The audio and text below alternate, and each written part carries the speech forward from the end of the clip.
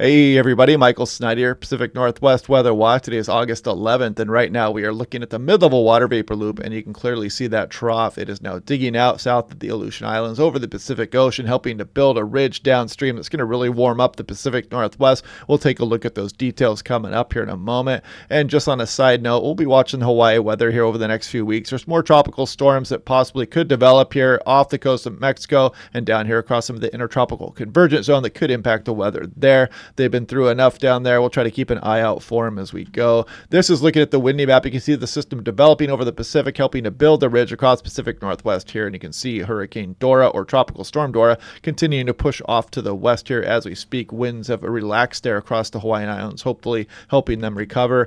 This is that nice affordable home weather station. Save 10% off. Click on the link down below. It's got a nice smartphone app, all wireless, stores all the data for you in the cloud. And you can see everybody across eastern Washington, northeast Oregon there right now with the station out there up into British Columbia as well. Highly recommend this weather station.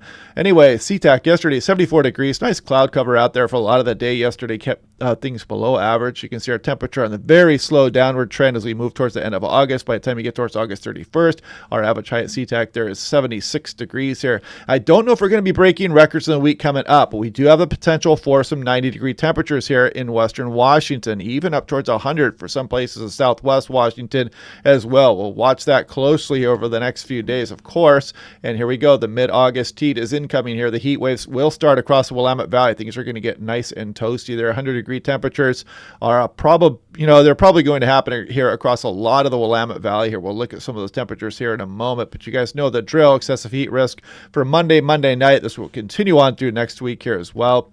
Here we go with Portland National Weather Service calling for major heat risk, and you can see the key points in heat safety here. 80% chance of temperatures 95 towards 105 degrees. Yeah, we're going to get very warm across the Willamette Valley, and I'll show you some of the ensemble member probabilities here in a moment. This is hot temperatures here for eastern Oregon and Washington. Look at some of these temperatures really ramping up here as we get towards early and mid next week. This is the 3 to 7 day U.S. hazard outlook, and they've increased this across western Washington here as well, down the Willamette Valley, even into portions of California here, also eastern Washington, Oregon also. This is looking at 500 millibars, 18,000 feet. Here we go, Alaska, Washington, Oregon.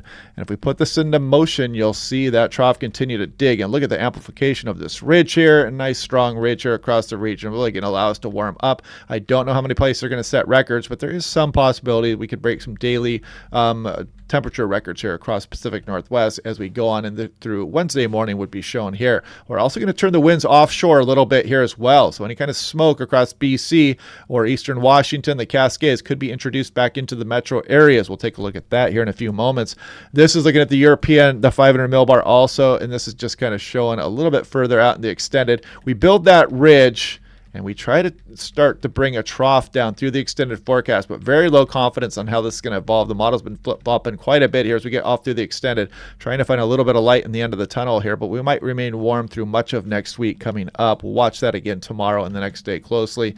This is Portland. Check it out. Look at the European calling for temperatures getting above 100 degrees at least 2 to 3 days here probably coming up, and 1, 2, 3, 4, 5 days probably at least 90 plus here for Portland, maybe even 6 days here. And you can see the average temperature this time of year starting its slow downward trend as we move through August. Here's Portland on the GFS. Look at this, a couple days over 100 as well, possibly 5 or 6 days, 90 degrees plus here as we go through next week. Seattle, clearly see the above average temperatures here, and there's still some pretty good ensemble spread on just how warm we're going to get. For example, on Wednesday, the models are calling between, 77 and 95, 96, 97 by the time you go through Thursday. So big disagreement here in some of the European ensemble models and just how warm we're going to get. We'll watch this over the next couple of days as you can clearly see the warm up as we go through the later portion of the weekend in towards next week. The GFS, again, with those hot temperatures as well, probably 3 to 6 days here, 85 plus here across the SeaTac area. And these overnight lows aren't going to get that cool here. So there's not going to be a lot of relief overnight with some of this activity across a lot of the region. Now, this is Astoria. This heat could get all the way out to the Oregon coastline here. The good thing is it's only, 2-3 days here of this excessive heat, and then we drop back down towards normal, or so the models say, as we go through mid-August on and through late August here. Hoquiam, something similar there as well. Spokane, you can clearly see the bump as we go on in through Monday, Tuesday, Wednesday, eastern Washington. This is Tofino Tofino. I'm not sure how to pronounce that exactly, but it's on the Vancouver Island coastline there. And you can see their average high for this time of year is right around 59 degrees here. You're going to drop back down towards normal here, but even a little bit of a bump temperature-wise there on the Vancouver Island coastline. This is Nanaimo there on the east portion of Vancouver Island as well. Check it out. It's going to get warm there also. And it's a pretty good model spread here as we go through Wednesday and Thursday as well. You're going to cool off a bit here, or you're going to stay warm, kind of up in the air right now. This is Kamloops off there, eastern British Columbia here, and you can see the temperatures warming up here, the big bump as you go through next week. This is Bellingham, also some nice toasty temperatures out there also, and pretty decent model disagreement, at least between the European ensembles here as we go on in through the mid portion. Now here we are looking at Washington, Oregon here. This is the European versus the GFS. This is a probability of 2-meter max temperatures at or above 90 degrees. So let's go ahead and go on to Saturday, and you can see some of those probabilities getting into the Willamette Valley here. The GFS is not quite a high resolution model run here, so it just might not be picking up on some of that here, but that was for Saturday. Now here we go on to Sunday. Check it out. Moves all the way up into western Washington, and virtually the entire Willamette Valley is going to be above 90 degrees here by the time you get towards Sunday. Eastern Washington, portions of eastern Oregon as well. Now we move towards Monday afternoon. Some of that gets up towards Vancouver Island into BC, virtually all of eastern Washington, southwest Washington, and the Willamette Valley. Much of western Oregon here will be 90 plus here as we go on in through Monday. Tuesday a repeat, and Thursday something similar there. The probabilities go down a little bit because we're looking far off into the forecast. Now let's look at the possibility of 100+ degree days here coming up. Let's go to Saturday afternoon there. Not much for the Pacific Northwest, but by Sunday, that probability starts to get in there for even the Portland Metro and a lot of the Willamette Valley here on the European model. GFS hinting on it as well, but the resolution's not quite as good, so it's probably why it's not showing quite as much. But here we go on in through Monday. Look at the GFS and the European for the Willamette Valley, up those chances of getting 100+ degree temperatures as we go through Monday and Tuesday. Kind of a similar picture there. And here we go on through Wednesday. And even some of that probability moves up into southwest Washington. You can't rule out a 100-degree day for places like Olympia or down the I-5 corridor towards Portland as well. So pretty warm temperatures coming up here. Now, this is looking at 925 millibars, about 2,500 feet off the surface. Here's BC, Washington, Oregon. We're going to talk a little bit about wind direction here coming up because we've got some fires across British Columbia. There's Sourdough Fire as well, Eagle Bluff Fire out there also. And yeah, so you can see as we go on in through Sunday morning, look at these winds just off the surface here out of the northeast and the east across Oregon. So anything that starts up over the Cascades the next few days here is going to potentially bring some smoke down to the surface into places like Vancouver, BC, Western Washington, Portland, down into the Willamette Valley. And if there's any kind of significant smoke going on across the atmosphere here, it could actually suppress some of the temperatures. You know how this goes through some of our heat waves, so you get some unexpected smoke that could really drop down some of the temperatures. But you can see this again Monday morning, kind of an offshore flow here out of BC across the Cascades of Washington, Oregon as well, as we got kind of a thermal trough development coming up the coastline there, allowing us to warm up quite nicely. This is looking at 850 millibars. Let's check out what's going on at 5,000 feet. You can kind of see the below average temperatures here as you go on in through today. But by the time we get towards tomorrow, you can clearly see the change coming. And by Sunday, you'll see the very warm air aloft across the region and some of this offshore flow developing here across Pacific Northwest, allowing us to warm up quite nicely here. This would be all the way out through Monday night on the European. Last night's run goes out 90 hours. This is 6 to 10 day temperature probability here. You don't have to tell...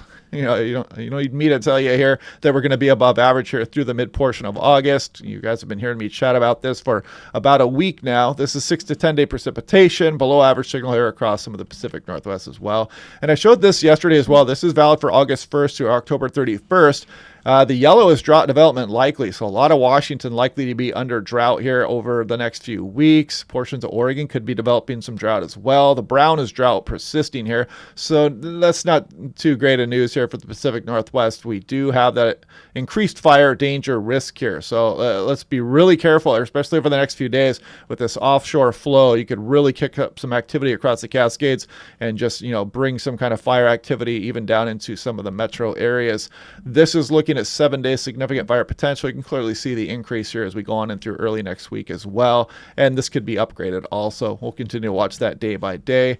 This is kind of a running total here of August so far, August 1st through August 10th here. You can see some of the Pacific Northwest here above average. Eastern portions, we were dealing with that upper level low here, kind of kept things suppressed here across eastern Oregon and Washington so far this August. But we're definitely going to be working on these temperatures here over the next few days. I expect the entire region to be above average here as we go on into about the August 20th time frame. But anyway, yeah, we've talked about that for a long time out there. It's finally kind of interesting to see the trough digging out there. The ridge will be downstream with that as well. And again, I'll be watching some of these tropical systems. The GFS and the European have been showing 1, 2, 3, maybe even more tropical systems developing. Some of them could impact Hawaii in different aspects. So another tropical system maybe moving south. But it's unlikely that we're going to create the kind of that windstorm activity across a lot of the islands. But you could get an increase in some of the winds here, and you just got to watch out for that fire danger. You don't want a repeat of what happened there across West Maui.